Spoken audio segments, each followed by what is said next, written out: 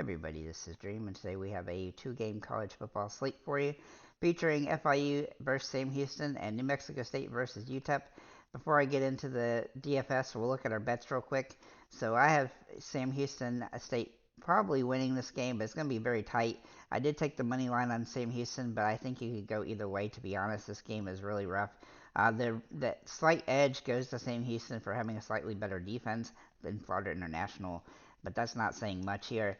As for New Mexico State and UTEP, I think New Mexico State is going to dominate this game. I think the -3 is actually a really good uh, odds here, so I really like that. As for the over-unders, I'm taking the under on both games, but I don't feel as much confidence in the UTEP game as I do in the Sam Houston FIU game, simply because those two offenses are just absolutely terrible, and they're actually the two better defenses on this slate. And we can also look at our ATS here. So Sam Houston is 3-2-1 against the spread, and New Mexico State is 4-2-1 against the spread. And so I think both those teams have some utility on the slate. With that said, if we look at the over-unders, all four teams have a losing record on the overs for the over-unders, and so that gives me a lot of confidence in these games being very low scoring, especially the Sam Houston game, as both offenses are just objectively terrible. Sam Houston also has a very bad margin of victory, whereas New Mexico State's averaging a 7-point victory in their games. So obviously, Sam Houston hasn't won a game, so that does definitely plays into that. But just the same, the offenses are there for what they are. So let's go ahead and get into our DraftKings aspect of this. Now, I will mention some guys that we can put into some bets for touchdowns and stuff like that, but there's really not very many that I feel super confident on today. So we'll start with our quarterbacks here. Now, for quarterbacks, the most obvious option is going to be Diego Pavia because he runs the ball a lot. He's got 400 yards on the season on the ground and 2 touchdowns. He's also thrown the most yards and most touchdowns on the slate. In fact, if you took the other three quarterbacks combined, they would have less touchdown passes than Pavia does.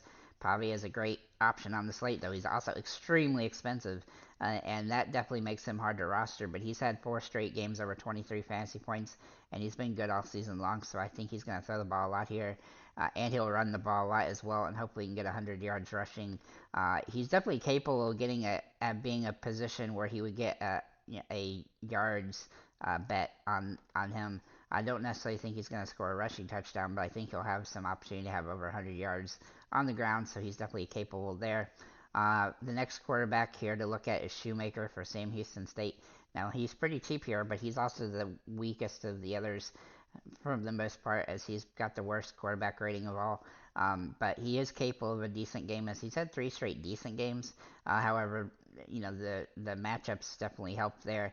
But he definitely has some utility as a contrarian option on the slate, though he's more expensive than the other two, and I think the other two have just as much upside as he does. But he does face a pretty weak defense, so that does help. But it's going to be tough for him from a touchdown perspective, as he doesn't have a ton on the season, and he does have tendency to throw some interceptions. And Sam Houston is going to need him to do some stuff in order to pay off, as they're also very limited at running back, so they do have to throw the ball a lot.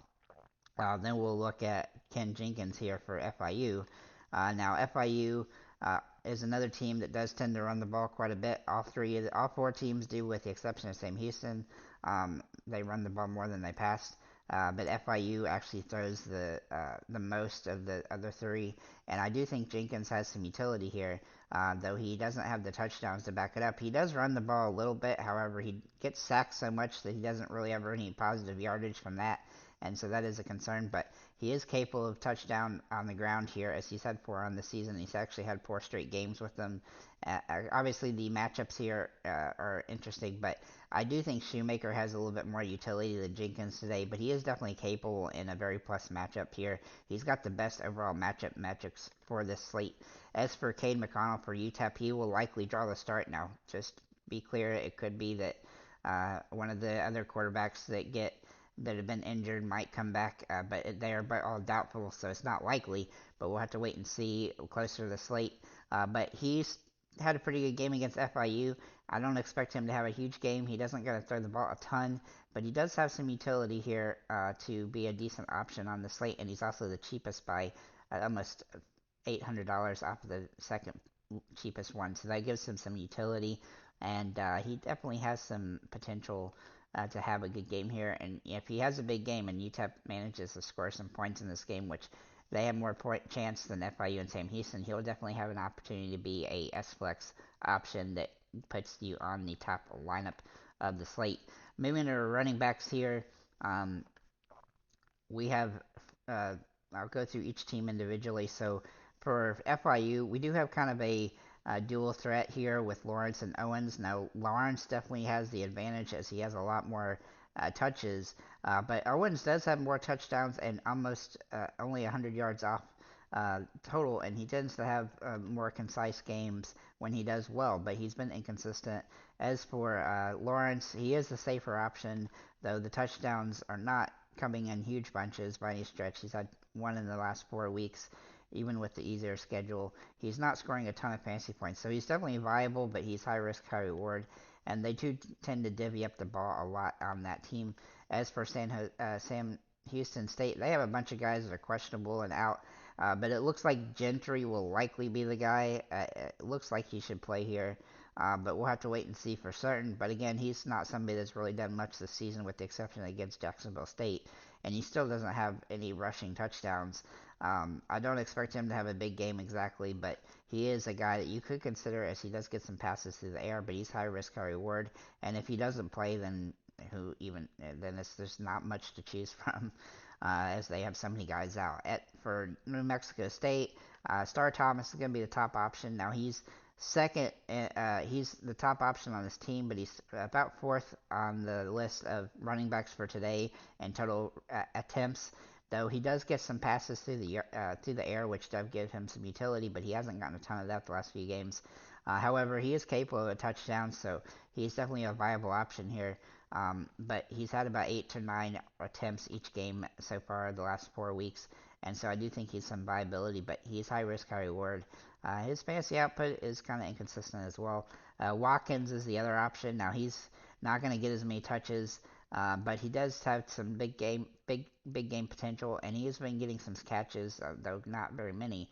He is capable of a decent game, but he is high risk, high reward. Getting 10 fantasy points is probably going to be the top of hit for him. As for UTEP, this is where it gets a little tricky, because both these two guys, Burgess and Hankins, both have more rushing attempts than anybody else on the slate, and they both have more yards than anybody else on the slate. However, they tend to be one or the other game to game, and as you can see, Burgess has had a couple games where he's had some big ones, and then Hankins has had a couple games where he's had some big ones, and so it's been a little bit inconsistent from that perspective, but they are capable.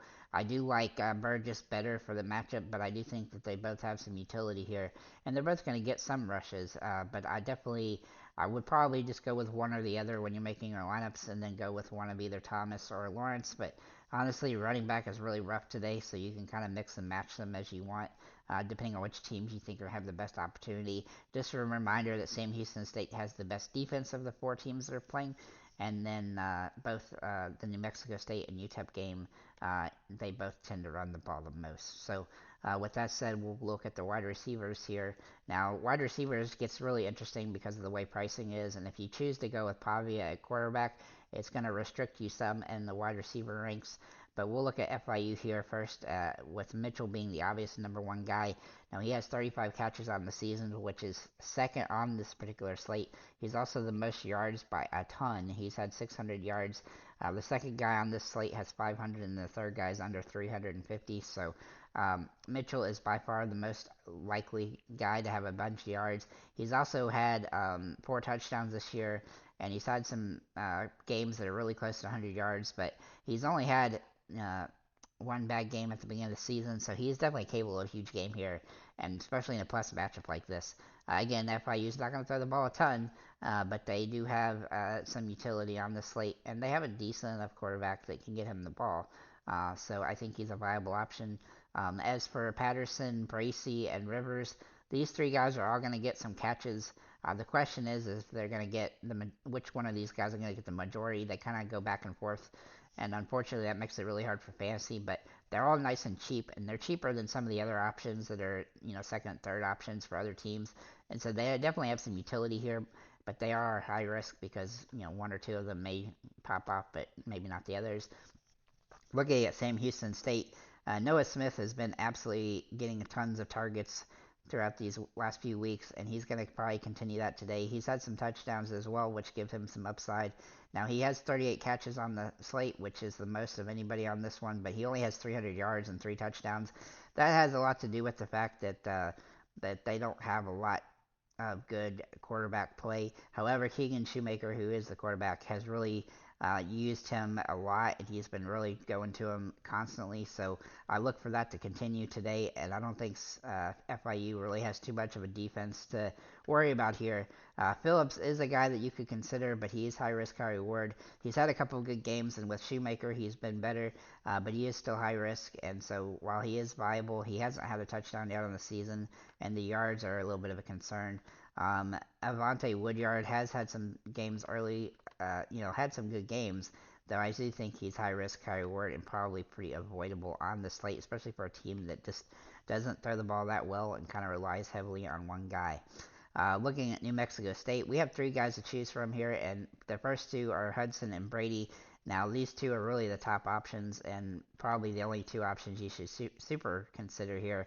Though they do have tendency to have low games, both of these guys have big potential. And the way New Mexico State works is that Pavia kind of tries to figure out his thing, and then he'll try to throw bombs a lot to different guys. And Jonathan Brady and Hudson are the 2 guys that he's going to try to throw to the most. As you can see, their receptions are relatively low, but they do manage to get decent yards most of the time, and that's because that he is kind of playing in that way. Now, the one contrarian option today, which is high risk, high reward, is Parker, who's had 4 receptions on the seasons and 3 touchdowns. Again, he has been inconsistent, but he definitely gets some utility. But he is high risk, high reward, and he's a boomer bust play fully on that front. And so I will be avoiding him most likely, but he is definitely capable. As for UTEP, Akari is the top option here. Sorry if I'm butchering your name. He's got 25 receptions for 513 yards, which is second on the slate in total yards. So he's also got 3 touchdowns, and he had a huge game against FIU. I look for him to have another big game here. This also bodes well for Noah Smith for San Houston, because they will be playing FIU. So I think that Kari has some really good utility here, and he's a great option against New Mexico State's weak defense. And he's had some really good games this year, and I look for him to have another big one today. He's also very fairly priced along with Noah Smith. Those are probably my top 2 wide receivers on the slate. As for other options, Ballard for UTEP has kind of had a couple of decent weeks. He's not getting a ton of yards, but he does have some low-end touchdown potential. But he can get over 10 fantasy points, but that is a stretch. Though he is only $4,900, so he's a good value play. Also facing the weakest defense on the slate. Now Smith for UTEP also in play, but he may not play, so you need to check to see if he does decide to play. He's missed the last 3 games, and he started the season pretty solid. Even against tougher opponents, he managed to score 8, 9, and 11 fantasy points, but he does need to play, obviously, to pay off. But if he doesn't play, then Ballard gets more upside as well. So with that said, guys, thank you for liking, commenting, subscribing. If you have any comments or questions, feel free to leave them below, and have a nice day, guys.